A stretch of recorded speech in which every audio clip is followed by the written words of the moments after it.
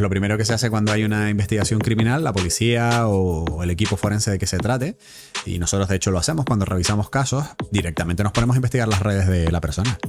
Y alucinas la cantidad de cosas que llegas a descubrir. De hecho, las personas más difíciles de investigar son las que no usan móviles y las que no tienen redes. La televisión, la cinematografía y lo que tenemos nosotros en mente de lo que es la realidad criminal no es lo mismo que la realidad criminal en sí. Cuando ves la realidad criminal en sí te das cuenta que todo es más simple y más sencillo. El hombre del saco, secuestradores de niños que cometen agresiones sexuales. Hay muy poca información, hay muy pocos estudios. Entonces, cuando hay un caso más o menos notorio en España, nosotros nos metemos en ese procedimiento, aunque el caso esté más o menos resuelto, porque queremos estudiar cómo fue todo, cuál fue el modus operandi, etc. Está claro que en cuanto a delitos de carácter físico, estamos hablando de agresiones físicas, sexuales y demás. Normalmente la predominancia suele ser pues, el género masculino sobre el género femenino cuando son sobre todo delitos de carácter sexual y cuando son delitos físicos, hombres contra hombres, ¿no? Realmente hay más agresiones de hombres contra hombres que de hombres contra mujeres, ¿no? ¿Vale? En el caso de la mujer, pues muchas veces los delitos tienen un aspecto un poco más intelectual. Yo la conclusión a la que llego es que las mujeres matan mejor, simplemente. ¿Vale? Yo no sé si se matan más, porque hay una cifra oscura, que lo llamamos así, amplia. Pero cuando la mujer mata es más difícil de entenderlo. Yo sinceramente que he entrevistado, he revisado casos, he reabierto casos de muchos tipos diferentes de asesinos y de criminales en España, tanto agresores sexuales como homicidas, etc. A las que más les tengo miedo son a ellas, sinceramente. Porque no las veo venir. Entonces las veo más... son mucho más peligrosas.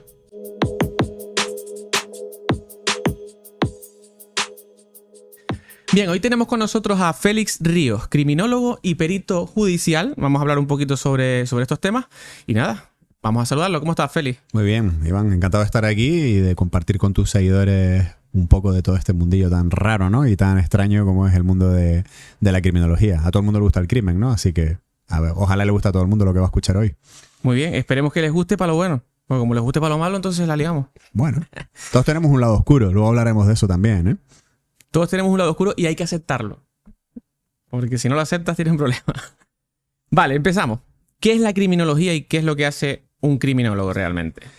Bueno, esa es una pregunta compleja, porque realmente yo siempre digo que no hay dos criminólogos iguales en toda España, ¿vale? En general, la criminología a mí me gusta definirla como la ciencia que estudia todo lo que tiene que ver con el mundo criminal. Eso quiere decir que nos intentamos convertir en expertos en lo que es la criminalidad en sí, lo que son los crímenes en sí como hechos aislados, lo que son los criminales, las víctimas, que también son importantes, y por supuesto también las maneras en las que la sociedad lucha contra el crimen, que es lo que nosotros llamamos los medios de control social. Pero bueno, estamos hablando del aparato judicial, del aparato policial, etc. Esto es un abanico muy amplio y luego, evidentemente, cada criminólogo se dedica a un área diferente.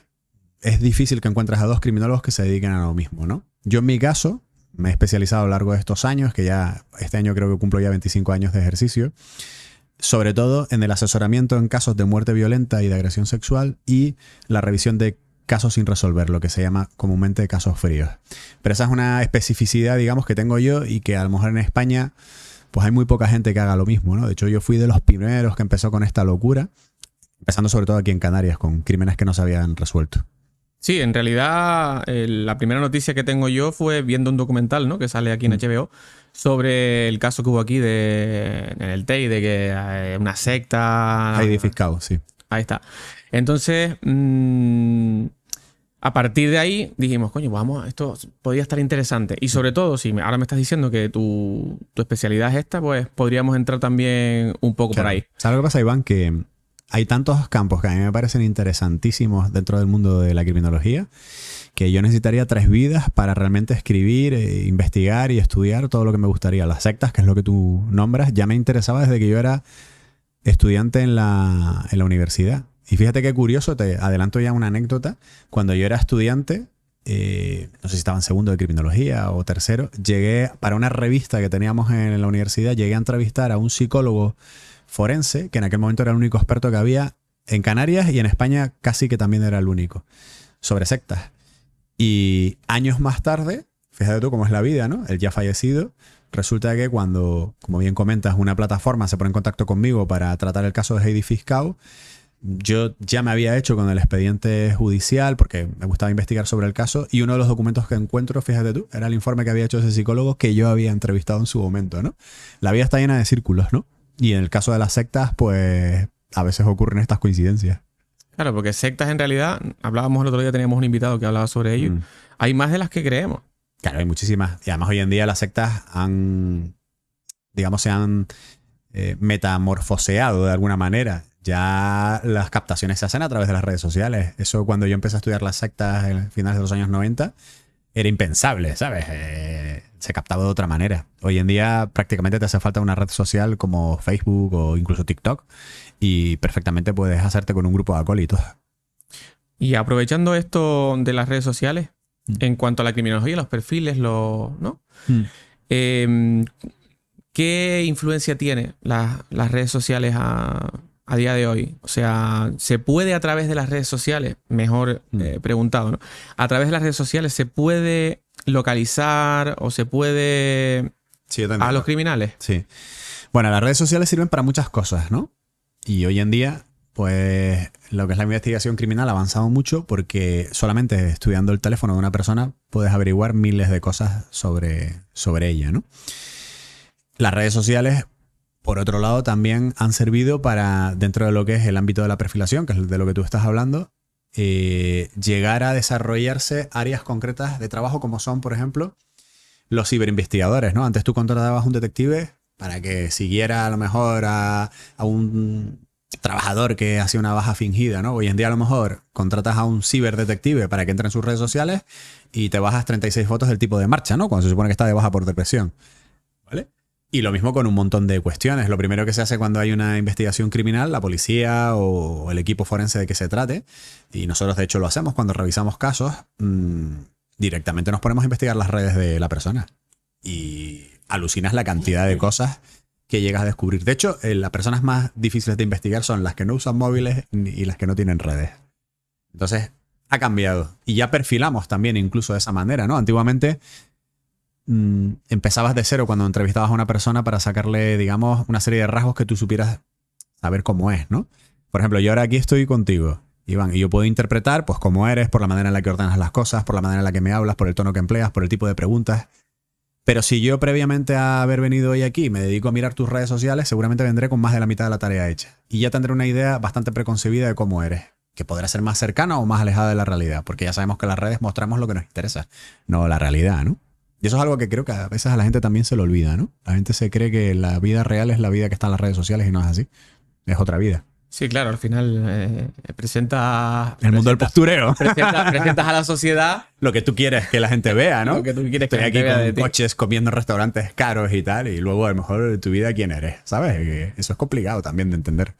Y en el tema de hacer los perfiles, ¿cuál es el proceso de elaboración de un perfil?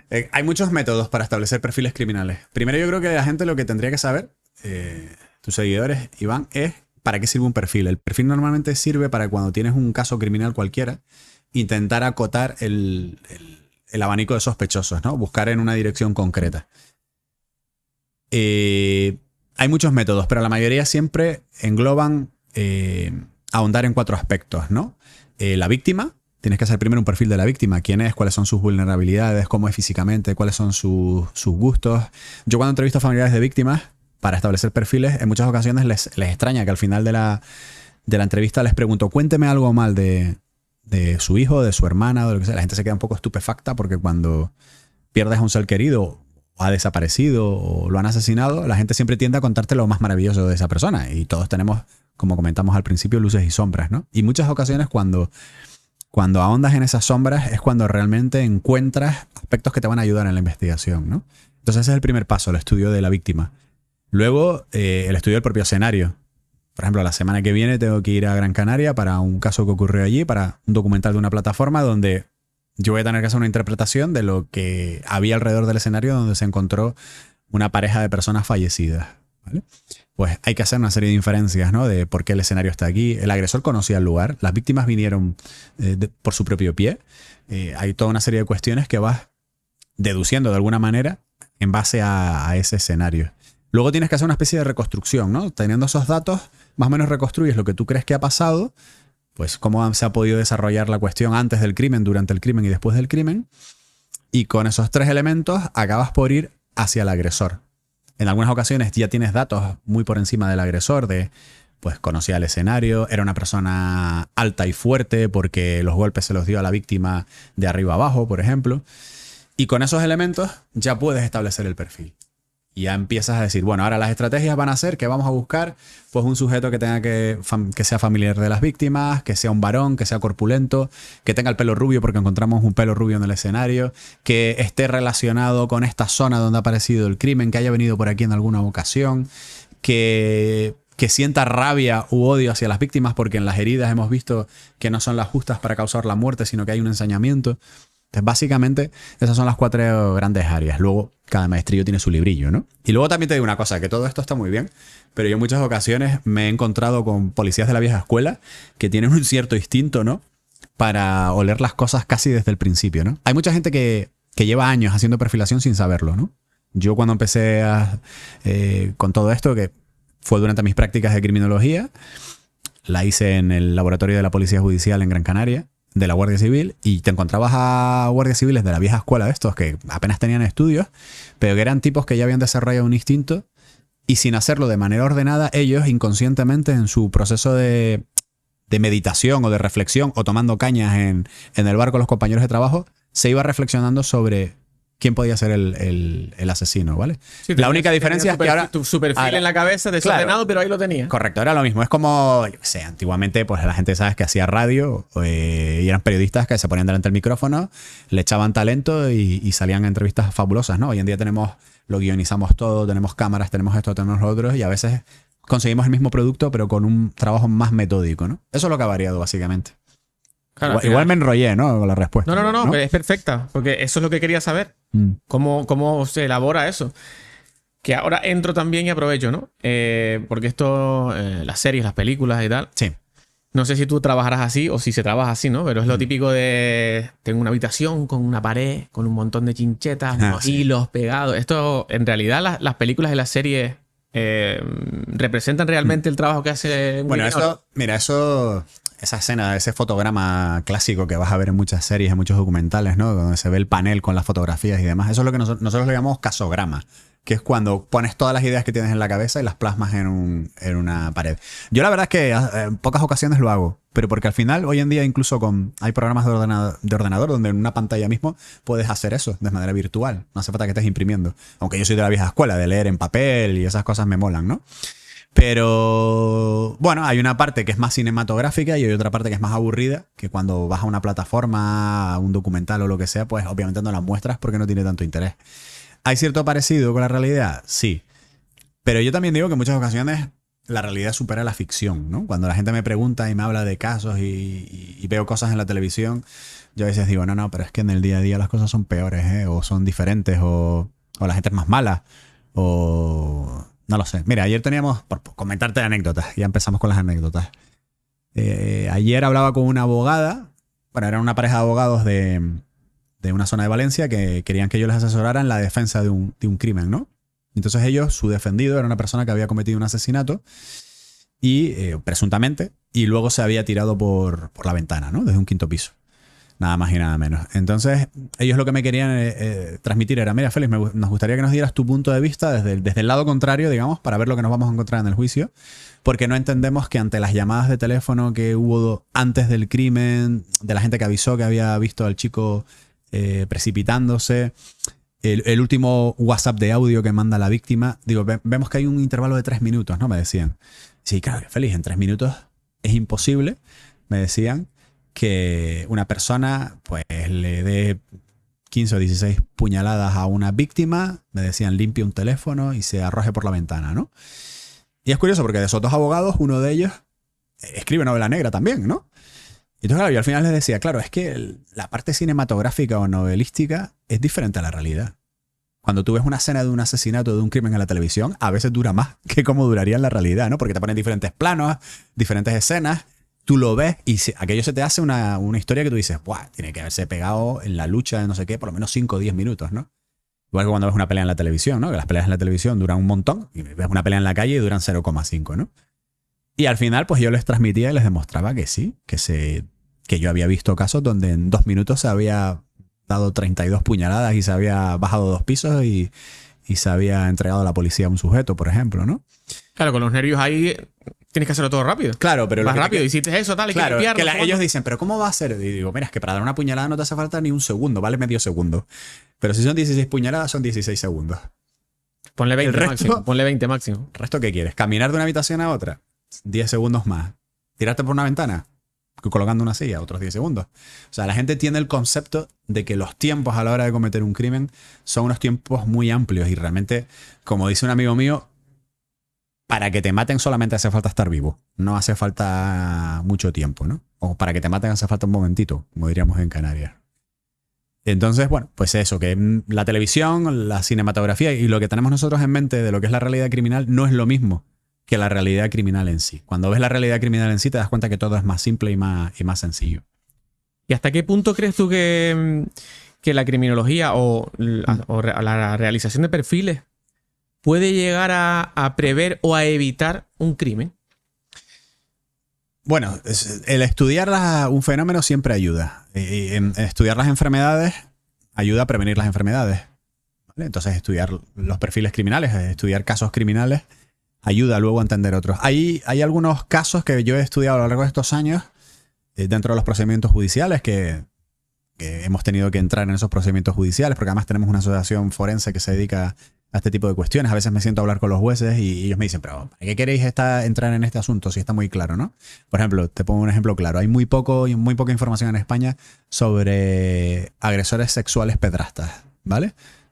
El hombre del saco, secuestradores de niños que cometen agresiones sexuales. Hay muy poca información, hay muy pocos estudios. Entonces, cuando hay un caso más o menos notorio en España, nosotros nos metemos en ese procedimiento, aunque el caso esté más o menos resuelto, porque queremos estudiar cómo fue todo, cuál fue el modus operandi, etc.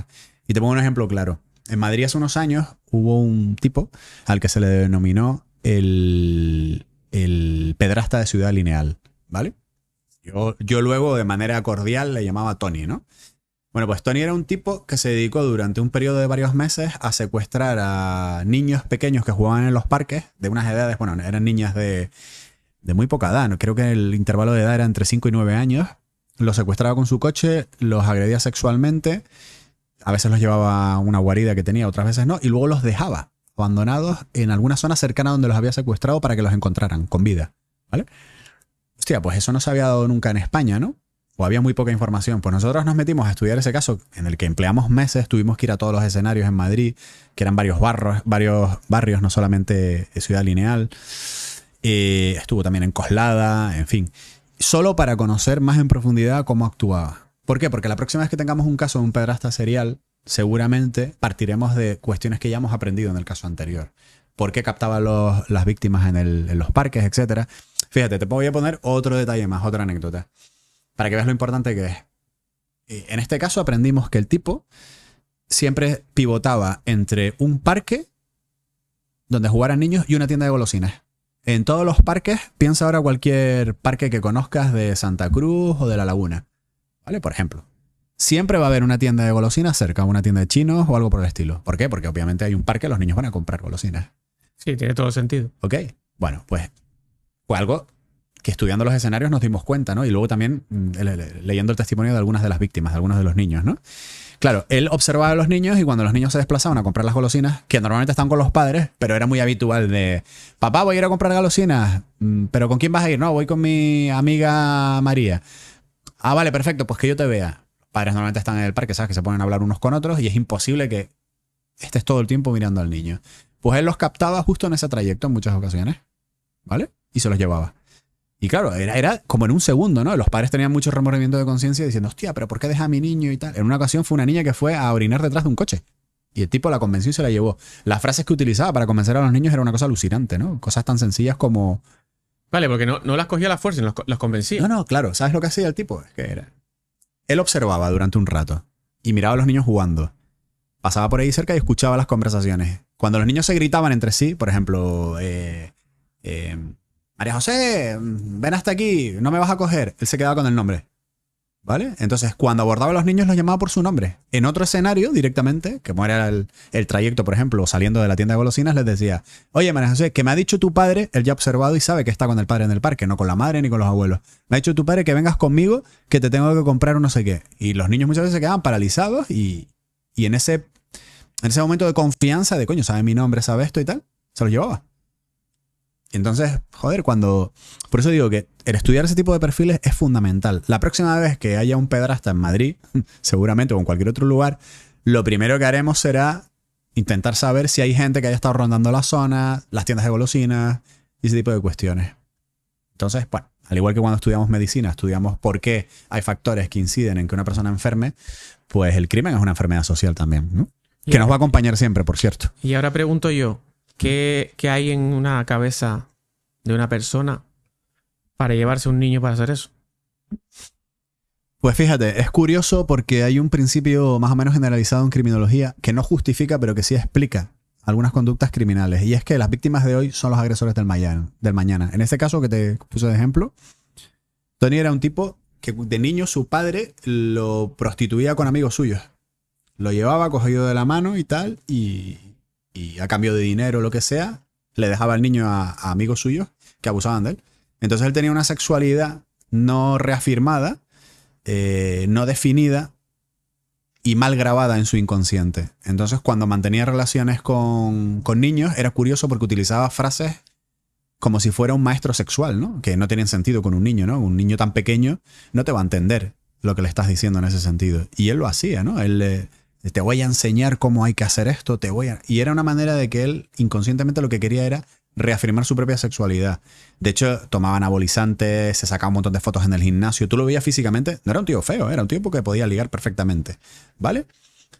Pero era una figura de cristal en el sentido de que en el fondo lo que residía dentro de él, y había tenido hijos él, y había estado casado, lo que residía dentro de él era pues un conflicto que no había resuelto, en el sentido de que no sabía si él era hombre, si él era mujer incluso, si él era suficientemente masculino, y todo eso pues se entremezclaba en un extraño cóctel psicológico que derivaba en este tipo de cuestiones. ¿Y por qué crees que con niños y no con adultos? Porque él había sido niño cuando le ocurrió. Entonces, el niño es más manejable siempre, ¿vale? Normalmente la gente los pedrastas, a diferencia de otros agresores sexuales que atacan a gente más adulta, son personas que normalmente tienen una deficiencia dentro de algún tipo. O tienen falta de capacidad, por ejemplo, para ligar, o para tener parejas estables, o tienen algún tipo de minusvalía, o a veces tienen alguna enfermedad mental. Entonces cogen víctimas que sean fáciles de manejar, que en este caso son niños. En el caso de Tony era diferente. El cerebro de Tony funcionaba de manera distinta. Lo que ocurría era que él regresaba a ese estadio en el que él había sido víctima, reviviendo la situación. Y fíjate que el hecho de que él hubiese sido víctima creo que influyó para que no los matara. Porque en Estados Unidos la mayoría de los pedrastas que son agresores sexuales matan a los niños. Por eso existen la alerta Ámbar, el código Adam y un montón de protocolos que hay en Estados Unidos, porque se sabe que los niños que son secuestrados con intención sexual aparecen muertos o por lo menos los matan a las 24 horas máximo. ¿Vale? En el caso de Tony no, Tony los devolvía. Porque llegaba un momento en el que cuando ya pasaba del acto sexual, él sentía remordimientos. Y entonces, de hecho, los niños no los abandonaban en cualquier lugar, los abandonaban en lugares donde podían ser fácilmente rescatados. Cerca, no muy cerca, no en el mismo sitio, pero cerca de los lugares donde los había secuestrado. O sea, todos los niños al final, para bien o para mal, volvían a la zona donde habían sido captados de alguna manera. ¿Vale? Entonces, claro, cada caso también es diferente, Iván. No todos los criminales son iguales, ni todos los agresores sexuales son iguales. ¿Y a este hombre lo pillaron? Sí, lo enjuiciaron, fuimos al juicio. Lo que pasa es que al final, yo creo que nosotros llegamos a detectar 9 víctimas. Solo se le enjuició al final por 5, creo. O 7 y 5, no me acuerdo. Había varias víctimas que no habían conseguido identificarlo porque cuando lo detuvieron hasta que llegó el momento del juicio, físicamente cambió mucho. Sabes que la gente que toma anabolizantes en los gimnasios o que se wistrona, en el momento en el que deja de tomar todos esos potingues, de repente se consumen y se convierten en enanos. Además, recuerdo la frase de una compañera mía con la que habíamos hecho el informe, que cuando fuimos a la vista y nosotros estábamos sentados detrás de él, ella lo vio y dice, pues si este tío no tiene ni media hostia. ¿sabes? Lo vio porque, joder, físicamente el tipo se había consumido. Entonces, en las ruedas de reconocimiento, muchas de las víctimas, algunos de los niños no lo identificaban, no sabían que era él. Claro, era completamente distinto. Claro, había variado físicamente y... Claro, y siendo un niño o una niña no estás ahí, tiene la misma oreja. No, Sin embargo, mira, es curioso porque, hablando de niños en ese sentido, yo siempre digo que ese caso lo resolvió uno de los niños, una de las niñas que era una víctima. Porque, no sé, tocó que era una niña más espabilada de la cuenta, a esta la llevó a la guarida, y entonces la niña recordaba, cuando habló con la policía, el recorrido que había hecho hasta la guarida, porque coincidía con el recorrido que hacía para ir a casa de un amiguito del colegio. Entonces ella, no, sí, pasamos por el parque no sé qué, pasamos por este sitio, pasamos por este otro, describió cómo era la entrada del edificio. Es curioso porque una de las guaridas estaba justo al lado de la Dirección General de la Policía, fíjate, qué ironías tiene la vida, ¿no? Y luego describió cómo era el piso por dentro, ¿vale? Y fue una cosa tremenda, ¿no? De hecho, se hizo una reconstrucción virtual, se escaneó el piso, para no llevar a la niña hasta allí, se escaneó el piso con tecnología 3D. La Brigada de Delitos Tecnológicos hizo eso y luego le pusieron delante de un ordenador a la niña el recorrido y lo fue explicando. No, pues a la derecha hay una habitación de no sé qué. Y entonces el policía, todo eso grababa un vídeo, iba con el cursor, giraban a la habitación y coincidía. Eso fue una prueba importante. Y la niña resolvió el crimen de alguna manera, ¿eh? Solo con esos datos. Se fijó en que tenía un reloj muy llamativo, se fijó en que tenía el flequillo de una manera muy concreta. Y con esa descripción se estableció un perfil, se hicieron vigilancias de paisano, hubo un montón de policías que se negaron a coger vacaciones porque cundió el pánico, era durante verano y cundió el pánico en Madrid. Y al final una pareja que estaba de paisano lo detectó en una parada de autobuses al tipo y tal. Lo detectaron, lo dejaron ir, sospecharon que podía ser él. Y ya le hicieron vigilancia, vieron a la casa donde el tipo iba, vieron que coincidía con la descripción de la niña. Y al final lo detuvieron cuando el tipo se había ido a Santander para intentar esconderse durante un tiempo. Y lo detuvieron ahí los geos, ¿no? Pero fue un caso súper interesante. Entonces aprendimos mucho. Es necesario estudiar para intervenir. Sí, me he vuelto a enrollar, ¿no, Iván? Sí, no. A mí me encanta porque explicas realmente justo lo que necesitamos o lo que necesito yo saber con la pregunta. Tengo otra. Venga, dispara. En cuanto al género, ¿qué género, masculino o femenino, es más propenso a cometer delitos y cuál es más propenso a recibirlos? Sobre eso me acuerdo que hace poco hablé con una estudiante de criminología que había hecho un estudio súper interesante del tema. A ver, está claro que en cuanto a delitos de carácter físico, estamos hablando de agresiones físicas, sexuales y demás. Normalmente la predominancia suele ser pues, el género masculino sobre el género femenino cuando son sobre todo delitos de carácter sexual y cuando son delitos físicos, hombres contra hombres, ¿no? Realmente hay más agresiones de hombres contra hombres que de hombres contra mujeres, ¿no? ¿Vale? En el caso de la mujer, pues muchas veces los delitos tienen un aspecto un poco más intelectual. Yo lo que sí digo, y esto lo digo después de haber estado hablando con gente, con incluso algún sociólogo que ha hecho estudios sobre asesinatos cometidos por mujeres en España. Por ejemplo, recuerdo haber hace poco hablado con uno sobre el tema. Yo la conclusión a la que llego es que las mujeres matan mejor, simplemente. ¿Vale? Yo no sé si se matan más, porque hay una cifra oscura, que lo llamamos así, amplia. Pero cuando la mujer mata es más difícil de entenderlo. Una cifra oscura. Sí, la cifra oscura es aquellos delitos que no se denuncian o que nunca sabemos o que nunca conocemos. Hay un montón de gente que habrá muerto y que habrá dejado alegres viudas y que posiblemente se han dado por muertes naturales. Por ejemplo, manipulaciones de aparatos para regular la diabetes, ¿no? Ha habido muchos crímenes en España que se han cometido así que no se han detectado y otros que se han detectado después. Cosas tan sencillas como esa. La utilización de terceras personas para cometer crímenes. La mujer normalmente no suele actuar sola. Suele utilizar a alguien. Podemos pensar en el crimen de la Guardia Urbana, por ejemplo. Normalmente utiliza a un hombre o para que cometa el asesinato o para que le encubra, o suele estar metida dentro de triángulos amorosos en alguna ocasión. Y sobre todo suele utilizar métodos más inteligentes como el envenenamiento, a veces, otro tipo de cuestiones. Entonces, yo sinceramente que he entrevistado, he revisado casos, he reabierto casos de muchos tipos diferentes de asesinos y de criminales en España, tanto agresores sexuales como homicidas, etcétera. A las que más les tengo miedo son a ellas, sinceramente. Porque no las veo venir. Entonces las veo más... Son mucho más peligrosas. Pues Pues ese dato no lo sabía yo tampoco.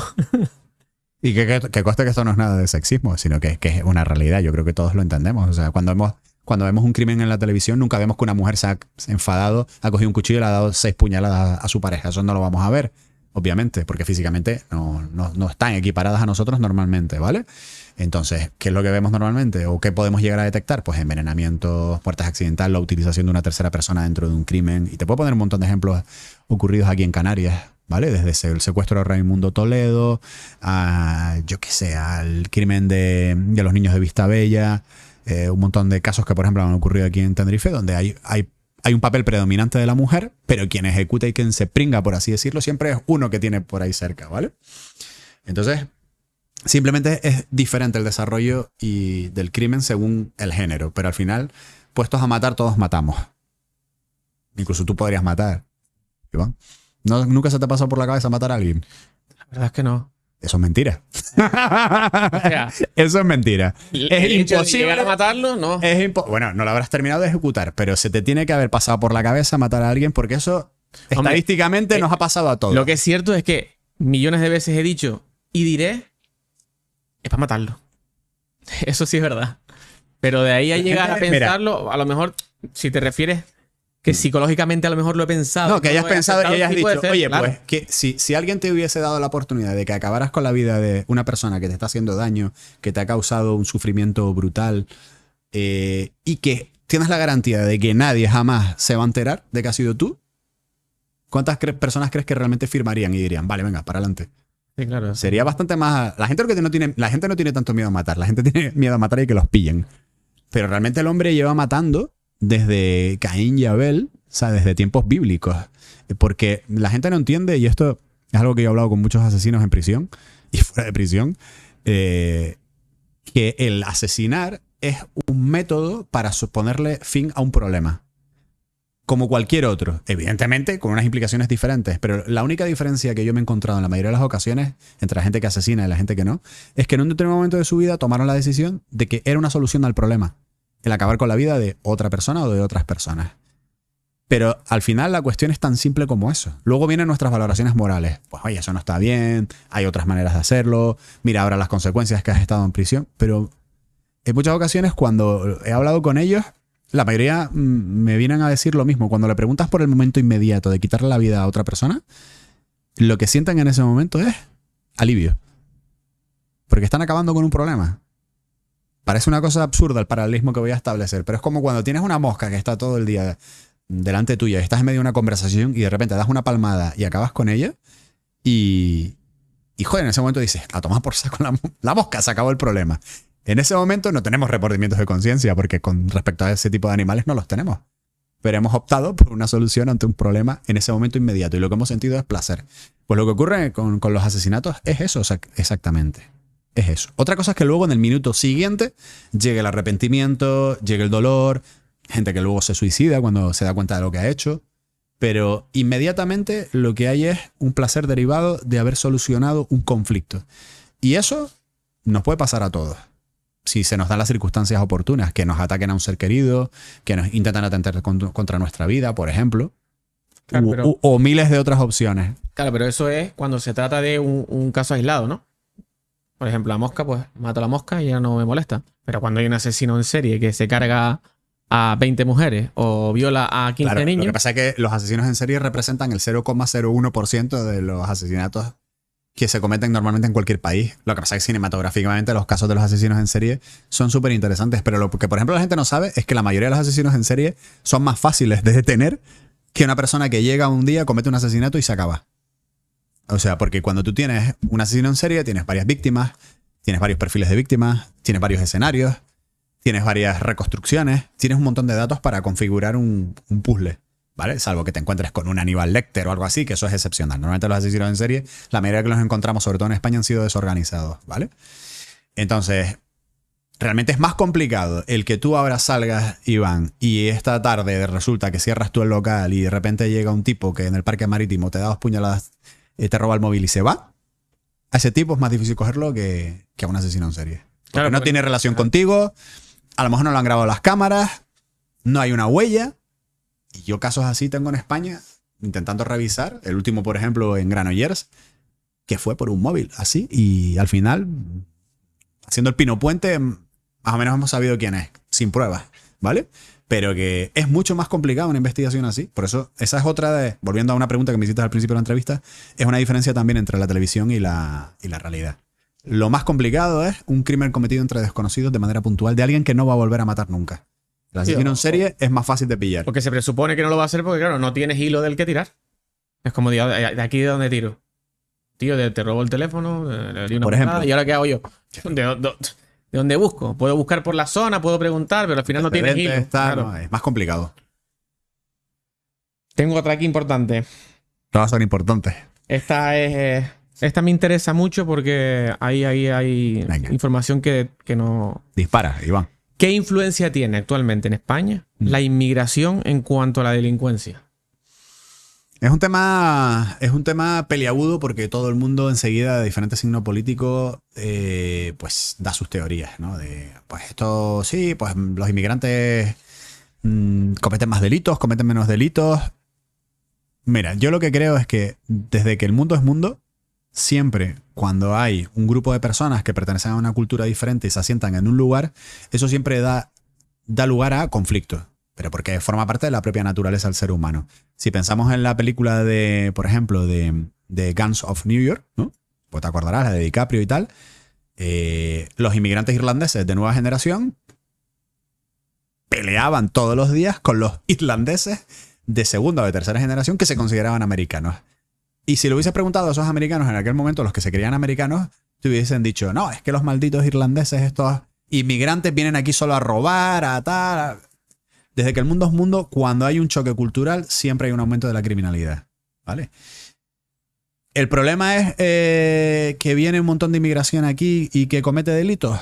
No, pero es que viene tanta gente que es normal que el número de delitos ascienda. Y que cuando hay un choque cultural, porque son gente que tiene unos esquemas mentales diferentes a los nuestros, pues evidentemente hay conflictos, hay agresiones, hay problemas relacionados en muchas ocasiones con el tema de la sexualidad, ¿sabes? Porque ellos forman parte de un mundo diferente donde ven las cosas de manera distinta a nosotros, ¿no? Y entonces, evidentemente, eso crea un problema y un conflicto. Que son más o menos, tienes estudios para todos los gustos, ¿vale? Yo recuerdo, por ejemplo, haber hablado con una chica que había hecho un estudio con datos oficiales y demostraba de alguna manera que la mayoría de las agresiones sexuales, por ejemplo, eran cometidas por gente que eran extranjeros, ¿vale? Normalmente extranjeros que llevaban poco tiempo aquí. Pero luego también te vas a otros datos oficiales que de repente te puede manejar otra institución y de repente te puede decir lo contrario. Dicen que una de las grandes mentiras que han existido en la historia son las estadísticas, ¿no? Porque todas son interpretables y todas se pueden manipular de alguna manera. Yo creo que en general siempre un aumento de una inmigración no controlada lleva aparejado el aumento de la delincuencia. ¿Vale? Lo que no te puedo asegurar es que ese aumento de esa delincuencia sea exclusivamente responsabilidad de que llegan gente simplemente porque quiere venir a delinquir. No, hay más factores en juego, las cosas no son tan fáciles, ¿vale? Pero evidentemente el choque cultural es importantísimo y es normal y está a la orden del día y eso lo sabemos todos, ¿no? No es una verdad que se pueda esconder, no hace falta estadísticas para ello. ¿Y la criminología tiene en cuenta este tema y también colabora de alguna manera para solucionarlo? ¿Hay alguna estrategia para solucionarlo? Desde que el mundo, bueno, desde que la criminología es criminología como tal, desde que estudiamos la criminalidad de una manera más científica, vamos a decirlo así, de los años 50 a lo mejor, 40, 50, pues obviamente se elaboran propuestas. Lo que pasa es que a veces es complicado. Mira, es como si, por ejemplo, nosotros sabemos, a día de hoy, yo siempre hago paralelismos con la medicina, que los seropositivos han sido infinitamente menos afectados por el COVID que la gente que no tiene el grupo sanguíneo seropositivo, ¿no? Por ejemplo, en mi caso yo soy seropositivo, yo nunca tuve COVID. Yo tampoco lo tuve. Ni anticuerpos, ni nada. Y cada vez que iba a cuarto milenio me tenía que hacer una prueba, ¿vale? Y cada vez que iba a Oriente me tenía que hacer una prueba. Porque tenía que viajar, y esto y lo otro, y pim pam, y pim pam. Era un sinvivir aquello. Pues... pero la ciencia todavía no sabe por qué. Entonces la ciencia todavía no sabe decir qué podemos hacer para que haya menos incidencia de COVID. Entonces... con la criminalidad pasa lo mismo. Muchas veces nosotros detectamos que hay factores Por ejemplo, se sabe que cuando es primavera se cometen más delitos de carácter sexual. Se sabe que cuando es verano se cometen más delitos de carácter físico, de agresiones, de peleas, etc. Y cuando es invierno hay más delitos que se cometen contra la propiedad. Y a partir de ahí tú has teorías. Pues en invierno porque la gente se va de vacaciones y le entran a robar en la casa. O porque la gente necesita dinero para pagar los reyes a su hijo, por ejemplo. Primavera, pues porque la sangre altera, ¿sabes? En verano porque todos estamos calientes y tal. La sangre altera. Por ejemplo, Claro. parece una tontería, pero oye, Sí. todos los saberes populares y todos los refranes tienen una base. Sí, que sí. a lo mejor no sabemos el por qué, ¿no? A veces te sientas con un viejete en un pueblo, el tipo mira al cielo y dice, vas a llover, y tú dices, este tío, ¿qué pasa? Que ha hablado con la EMET y llueve, pues será por algo, ¿no? Entonces, con el tema de la criminología, pues pasa lo mismo. Sabemos que hay factores que influyen en que haya mayor número de delitos o determinado tipo de delitos. Pero no sabemos por qué. Igual que, por ejemplo, tú habrás escuchado, como buen canario, la palabra sirocado. Este tío está sirocado. ¿Eso te suena? No me suena. Bueno, yo como tengo familia en el Médano sí que lo sé. Y estoy quedando mal como canario, pero bueno, no me importa. No pasa nada. O sea, La sinceridad es que tú eres de ante una generación diferente a la mía, Iván, también.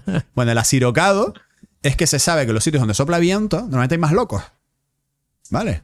En Tarifa, en sitios, yo digo el Médano porque mi familia, parte de mi familia es de allí, en sitios de Fuerteventura a lo mejor. O sea, normalmente siempre, en los sitios donde hay viento, siempre ha habido fama de que se sabe que hay más locos. Eso sí lo Y sabía. no se sabe por qué. La gente dice, no, es que el zumbido del viento te vuelve loco el cerebro. Pero ocurre. Ocurre. Hay lugares donde no se sabe por qué, ocurre más hecho. Igual que hay lugares donde, por ejemplo, ocurre más suicidios. Se sabe que en los sitios donde hay menos luz, hay más suicidios. Norte de Europa, la gente se suicida infinitamente más que en el sur de Europa, por ejemplo.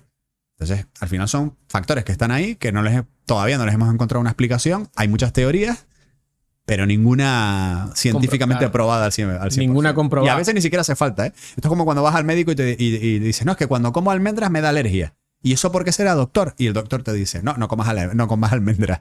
Tú, no, pero yo quiero saber si es que hay un principio activo. No comas almendras y ya está. Pues lo mismo pasa con el mundo de la criminología. Si este factor influye, pues mira, evítalo. ¿Por qué? No lo sé, pero evítalo. Sí, claro, al final no todo es explicar el porqué, sino, oye, si este es el problema y quitando esto se soluciona, quítalo. El porqué, pues, en algunos casos puede ser secundario, ¿no?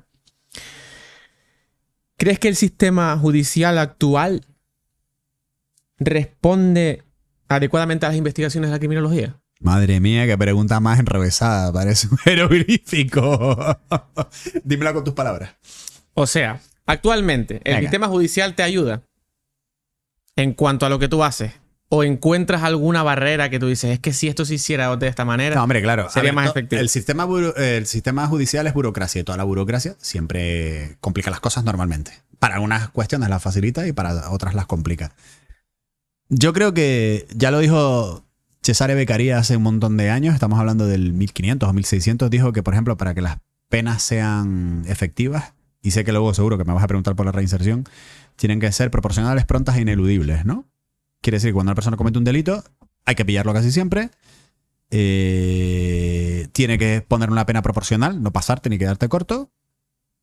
Y a ver, y prontas, y tiene que ser rápido, o sea, tienes que procesarlo rápidamente, ¿no? Y se sabe que los países donde eso ocurre, donde el sistema judicial funciona así, funcionan mejor. Y te voy a poner el ejemplo de Tailandia y del caso de Daniel Sancho. Un homicidio tan complicado como el del caso de Daniel Sancho en Tailandia, en un año se han juiciado. Se cometió el delito un verano y el verano siguiente teníamos el juicio. Y se había terminado la investigación meses antes. En España, una investigación así, un tipo puede estar en prisión preventiva 3, 4 años, por ejemplo, perfectamente.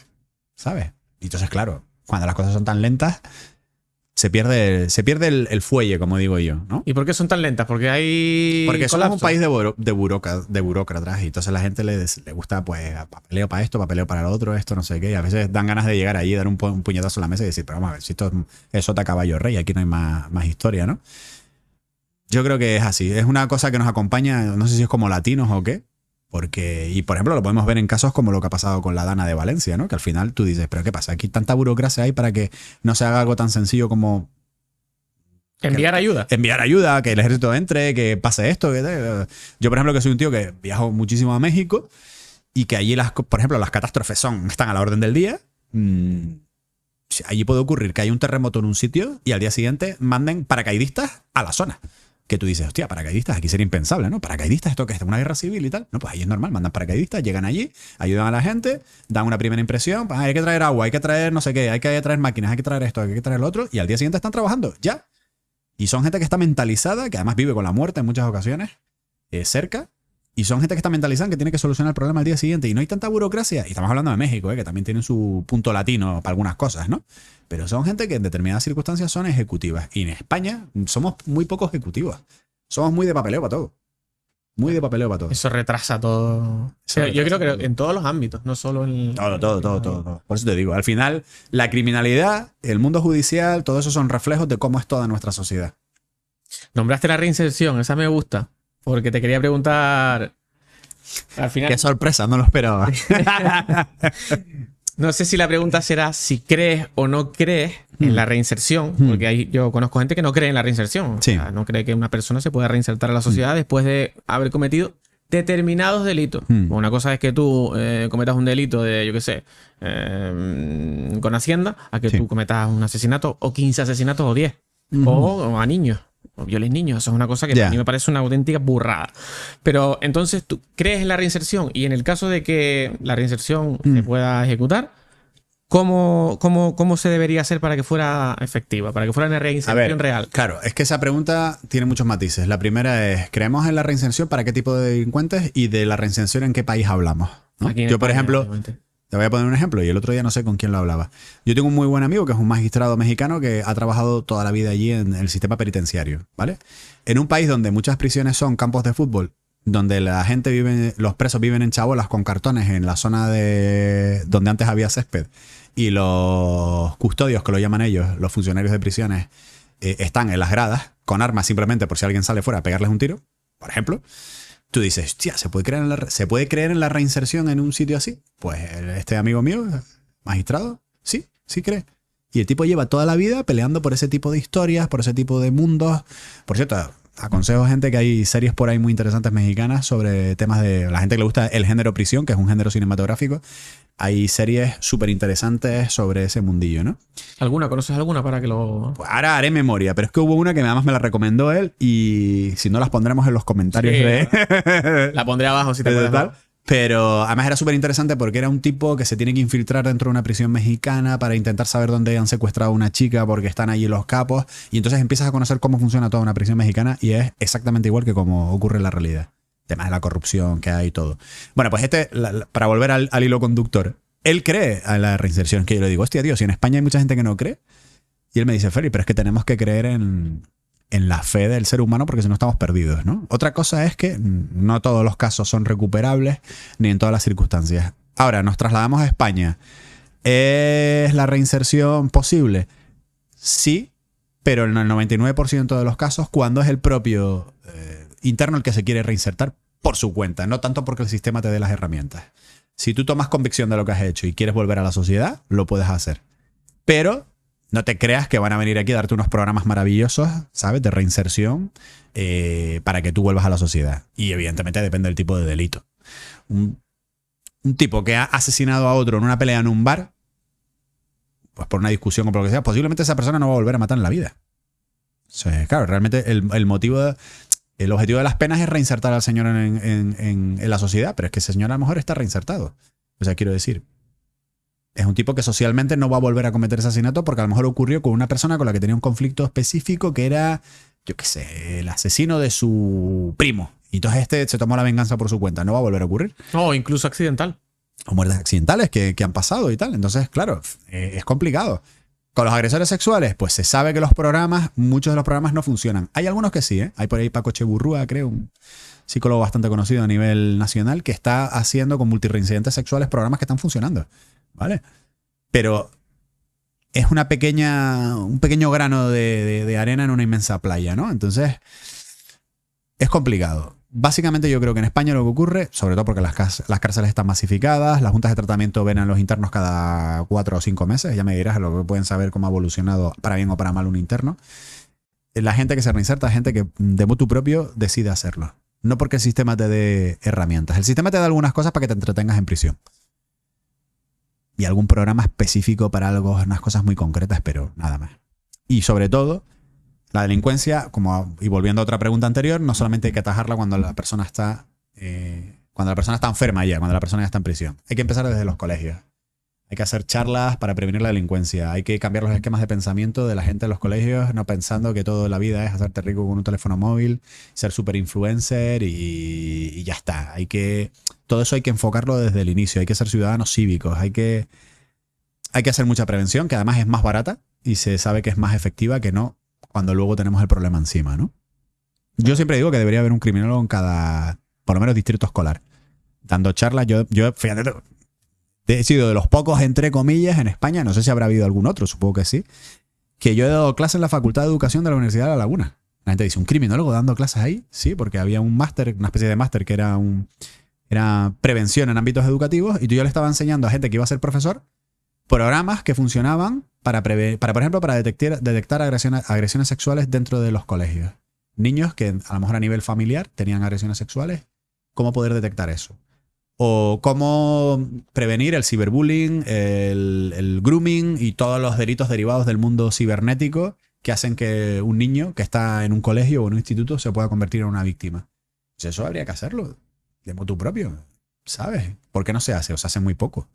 Entonces ahí habría un trabajo importante que yo creo que nos haría a todos ser mejores ciudadanos. Prevención en general, situacional.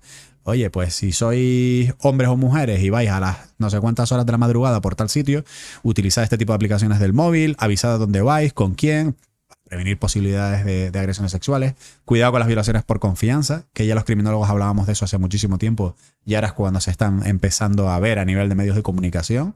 Pues gente que mantiene algún tipo de relación, pero llega un momento de que uno no quiere seguir, el otro sí, y se comete una violación. Eso antes nunca se denunciaba, la violación por confianza, porque se pensaba que la víctima tenía culpa, ¿no? Y no entro en historias políticas del no es no y todas esas historias, pero, ¿sabes? Eso ocurría. No, y ocurrirá muchas veces y no lo sabremos. Por supuesto. Y no, incluso, no sé hasta qué punto la propia víctima tampoco lo sabe.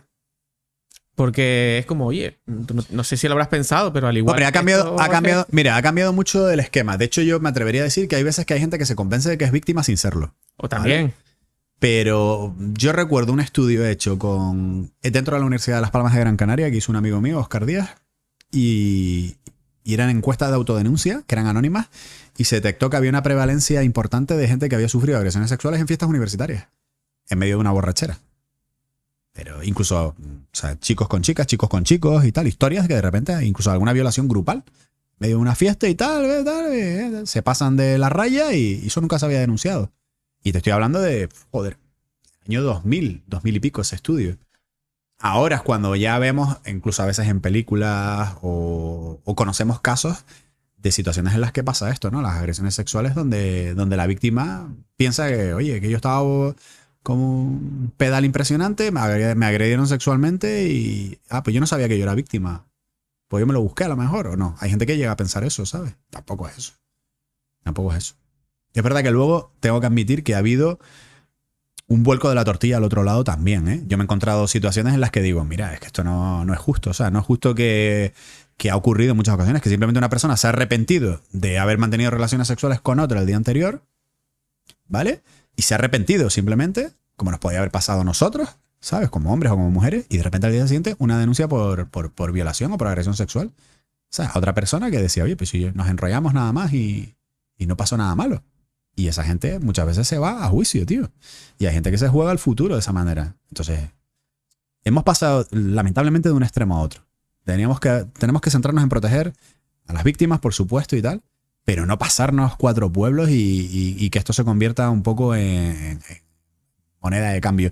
Pasaba con los malos tratos. Yo sé que todo esto es un tema también delicado y controvertido. Cuando yo empecé como criminólogo, en alguna ocasión, no era mi núcleo de prácticas, pero yo acompañaba a algunos amigos que acompañaban a víctimas de violencia de género a denunciar a la policía, y el policía decía que era un tema de familia, que iban a hacer ellos. O sea, la mujer con un ojo morado. Y hoy en día eso sería impensable. O sea, quiero decir, joder, que yo viví esa época, que yo he reabierto casos, Urbana Ramos, Marisa Hernández, de víctimas que han sido mujeres vilmente asesinadas y agredidas sexualmente en algún caso, en diferentes lugares, por ejemplo, del archipiélago, y eran casos donde todavía no había juzgados de violencia de género. Y hostia, yo estaba ahí dando el callo con mi gente, venga, vamos para adelante, pum, reabriendo el caso, tal, nadie nos hacía ni el más remoto caso. Pero luego hoy en día me encuentro con cuestiones. Me acuerdo que yo llegué a dar una charla por un caso que tuve una vez y que hice un informe a nivel privado para la Asociación de Padres para la Custodia Compartida, que era una asociación de padres que se estaban dando cuenta de que cuando empezó todo el tema en auge a nivel político del tema de la violencia de género, pues que se estaban dando cuenta que la mayoría, sus exparejas les ponían denuncias simplemente para quedarse con los niños. Y era una cosa ya alarmante, te estoy hablando hace años, ¿no? Sí, incluso se dice que era una de las recomendaciones de los abogados. Sí, pero es que eso yo lo vi. Yo tomando cañas en algún cóctel de abogados y algunos soltarme esa burrada. Digo, pero tío, tú eres un indeseable, eso no se puede hacer, ¿no? Además, me acuerdo de cuando di la charla, porque había tenido un par de casos así muy significativos. No te creas que eran tíos allí los que estaban allí protestando. No. Eran tíos, eran sus mujeres, eran sus madres, eran sus hermanas, sus mujeres actuales, diciendo, oye, aquí hay un problema. Porque, joder, que tuve un caso de simplemente uno que se había cruzado con su expareja en coche y ella había ido a la comisaría y había dicho que él le había hecho así. Y el tipo estuvo procesado durante casi un año. Y no era verdad. O sea, no era verdad porque además tú hablabas con el tipo y te decías, tío, madre de Dios, este hombre de dónde salió, que tiene horchata en la sangre, ¿sabes? Y la otra se notaba, con todos mis respetos, que era una persona que se las sabía todas y tal, y había hecho varias historias. Luego la pillaron en alguna denuncia falsa posteriormente. Pero, joder, se pasó a ese límite, ¿sabes? Y tampoco me parece bien. Tú imagínate que hubiese sido él el que hubiese ido a poner la denuncia. Hubiese dicho, no, es que me encontré con mi expareja, que es una chica, y me hizo así. Y el policía le dice, bueno, señor, váyase a su casa, que tenemos cosas que hacer. Tía, ¿sabes? No se puede pasar de un extremo a otro. Hemos pasado de blanco a negro y no hemos sabido quedarnos. Y los extremos, la gente que crea que toda la verdad está en un lado, que toda la verdad está en otro, está equivocada. O sea, la verdad normalmente está entre medias. Sí, no es ni blanco ni negro, suele ser gris, y no solo gris, sino un amplio abanico de grises. Normalmente sí. Hablabas de que hemos pasado, aprovecho esto, ¿no? De blanco a negro. Entonces, ¿cómo ha cambiado el perfil del delincuente en los últimos 20 años? Si es que ha cambiado, o a lo mejor me dice, no ha cambiado nada.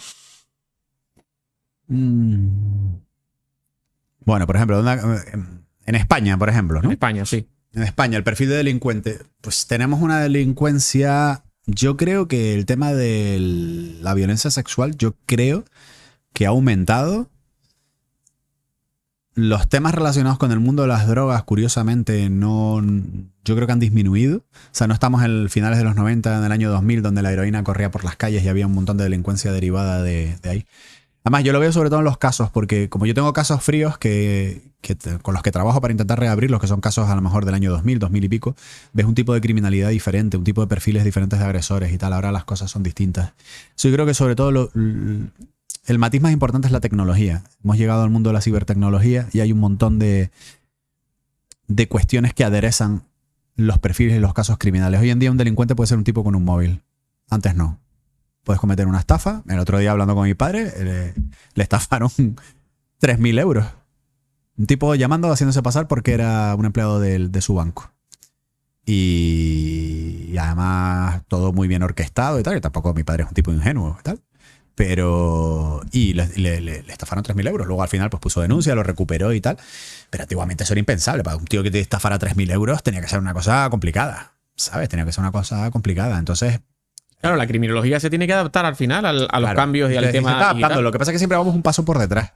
Pero está ocurriendo eso, que hay mucho cibergrooming, hay mucho chantaje sexual, mucha gente que mucho delito contra la intimidad en ese sentido, ¿sabes? De gente que a lo mejor eran parejas y se mandaban fotos íntimas y de repente a uno o a otra o a dos si son dos hombres o dos si son dos mujeres, pues esa información la hacen pública. Ahí a través de internet, a través de las redes sociales, gente que acosa, gente que se hace pasar unos por otros. Es una cosa tremenda, ¿sabes? Es una cosa tremenda. Sobre todo porque, como yo dije, y un poco ya casi volviendo al principio de la entrevista, creo que hemos perdido la noción de que nuestro mundo real no es el mundo que vivimos ahora. O sea, no somos tú y yo aquí, sino somos lo que aparecemos en las redes sociales. Con lo cual, si a alguien le hace daño en una red social, en muchas ocasiones hay gente que lo pasa fatal, hay gente que se suicida. Hay gente que se suicida, ¿no? Y entonces es muy difícil decir, no, espérate, es que las redes sociales son un mundo aparte, es un mundo virtual. O sea, esto no tiene por qué, no debería de influir en mi vida real.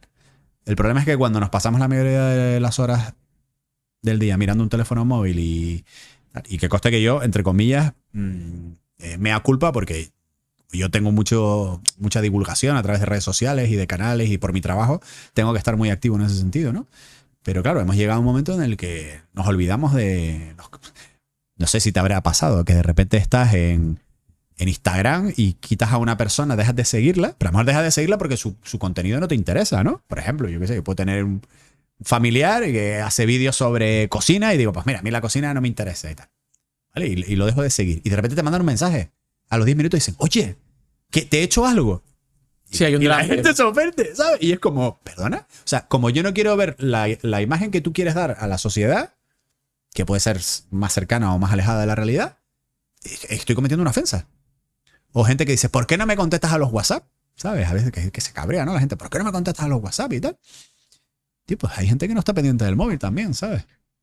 Entonces yo creo que sobre todo lo que ha cambiado en la criminalidad es eso, que hay un cibermundo ahora alrededor que nos ha influido en un montón de cosas. Básicamente. Bien. Te tengo la última. Vale, venga. La última. Dispara. Para ir terminando, esta ya es como más a título personal, ¿no? Venga. Si pudieras entrevistar a cualquier criminal de la historia, esté vivo o muerto, da igual, ¿a quién escogerías y por qué? Y me gustaría que explicaras en el por qué el caso, cuál fue el caso, cuál fue el delito que cometió y por qué te gustaría entrevistarlo. Sobre todo me entiendo que será para aprender o para ver lo que pasa por esa cabeza. Un caso que tú digas, no, este me impactó, este me pareció súper complejo. Bueno, la pregunta tiene diferentes matices, como todo. Como casi todas las que me has hecho, ¿no? Pero primero, creo que deberíamos de reflexionar, o pido a la gente que reflexione, sobre lo que es idealizar a los... Y ahora miro la cámara, como me dijiste al principio. Sobre todo lo que es idealizar a los criminales y a los asesinos. Vivimos una época en la que nos encantan las series sobre pues las cintas de Ted Bundy o lo que sea, ¿no? Donde parece que es apasionante, ¿no? Entrevistar a un asesino y entrar en su mente. Cuando curiosamente realmente hay otra corriente hoy en día que es no darle visibilidad a los asesinos, porque un familiar de una víctima, y por ejemplo ha pasado con el caso del pescadito, por ejemplo, ¿no? Que la madre del pescadito, cuando se enteró de que Ana Julia había recibido dinero o que podía recibir dinero, o por lo menos visibilidad, después de haber cometido un asesinato, pues le pareció mal y está promulgando una ley para paliar eso, ¿vale? En Estados Unidos ya existe esa ley, se llama la ley de los hijos de Sam. O por ejemplo el crimen de la Guardia Urbana, que ya sabéis que ya participó en los documentales, ¿no? Entonces, claro, primero es hacer ese llamamiento a la sociedad de que nos puede parecer guay un personaje, ¿no? Sobre todo cuando vemos una serie del malo de la película, el asesino, el por qué lo hizo y tal. Pero mucho cuidado porque en muchas ocasiones lo que estamos haciendo es darle visibilidad a alguien que al fin y al cabo ha hecho algo horrible, ¿no? Y hay una o varias víctimas detrás que dicen, pero ¿esto qué es? Encima vamos aquí a idolatrar. Y ha pasado con el caso de Daniel Sancho, ¿eh? ¿Vamos a idolatrar a un asesino, tío? O sea, no. Esa es la primera reflexión. Y la segunda. La segunda parte, tiene 3 partes esta respuesta. Yo he entrevistado ya a mucha gente. Muchos asesinos, mucha gente que ha cometido asesinatos, robos, de todo, en prisión y fuera de prisión.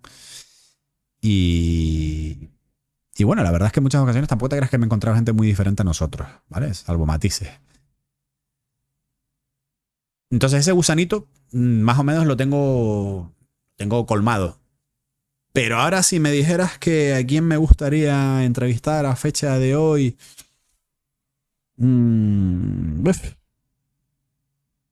la verdad que... complicado. Hay muchos, ¿no? Hay muchos. Bueno, hay muchos, pero no todos me parecen interesantes, si te digo la verdad, ¿eh? Obviamente interesante desde el punto de vista psicológico y... Sí, laboral. Y de tu trabajo. No el morbo, sino Exacto. laboral. De que tú digas, no, después. Esa mente sí me gustaría estudiarla porque Hay un caso, sabiendo eso puedo... Hay un caso de una asesina que el documental sale en 2025, que lo grabé con Netflix, que una asesina serial. Yo intenté reabrir uno de los casos. de uno de los crímenes que había cometido, lo reabrí, pero luego se volvió a cerrar. Está saliendo de prisión ahora mismo, en permisos, por otro asesinato que había cometido. Me gustaría algún día sentarme cara a cara y... Sobre todo porque como no conseguí. No conseguí. Yo reabrí el caso, pero luego la justicia tenía que seguir su camino y se dieron cuenta que habían destruido pruebas, por ejemplo. En fin, cosas que pasan en España. Claro, como que yo no lo terminé de colmar, sí, me gustaría hay algunos detalles que me gustaría que me contara, ¿sabes? Que me dijera, oye, mira, esto lo hice de esta manera, efectivamente tenías razón en que maté de esta manera y tal. Pero por eso, a nivel laboral. Pero en el fondo, a veces lo pienso y luego otras veces digo, es que no tengo ganas de mantener conversación con gente malvada, ¿sabes? Claro, con este tipo de gente. No es tan interesante. A lo mejor es más divertido estafadores. He hablado con estafadores, son súper divertidos en prisión. Te cuentan historias, ¿no? De, ya está. Y a un momento que hasta te ríes y tal. Y dices, tu madre mía, el tío, qué arte tenía, ¿no? Pues son gente con ingenio, ¿no?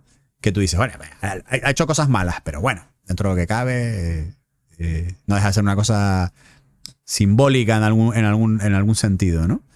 Pero, y por ejemplo, los agresores sexuales me pasa que en muchos casos son enfermos, ¿sabes? Yo no los justifico, por supuesto, ni nada por el estilo, pero muchas veces dices tú, hostia, sería interesante saber dónde está el chip de esta gente para desconectárselo y que esto no vuelva a suceder, ¿vale? Claro, a día de hoy algo imposible. Bueno, pues eso. Que la gente vea el documental de Netflix a partir de enero. ¿Se llama? No puedo adelantar nada. No. Bueno, pues me hicieron firmar. No digas nada. Habrá que estar pendientes. Pero atentos a mis redes sociales que lo pondremos. A partir de enero de 2025. Muy bien, vale. Nuestro cámara no tiene ninguna pregunta. Así que yo creo que ¿Listo? Esta entrevista queda muy bien. Nosotros tenemos siempre la costumbre de brindar. Ah, vale. Pero aquí, ¿esto con agua se puede brindar? Es que esa es es que eso es lo que nos... Espera. Eso es lo que nos caracteriza. Voy a poner el tequila este que metimos aquí antes. Brindamos con agua la primera vez. Y claro, todo el mundo nos decía, ¿para qué brindas con agua y tal? Que eso es mala suerte. Y venga, salud, Iván. A nosotros no nos ha ido mal. Que te suban los seguidores y a mí también. Y que la gente vea este mensaje. Gracias, Félix.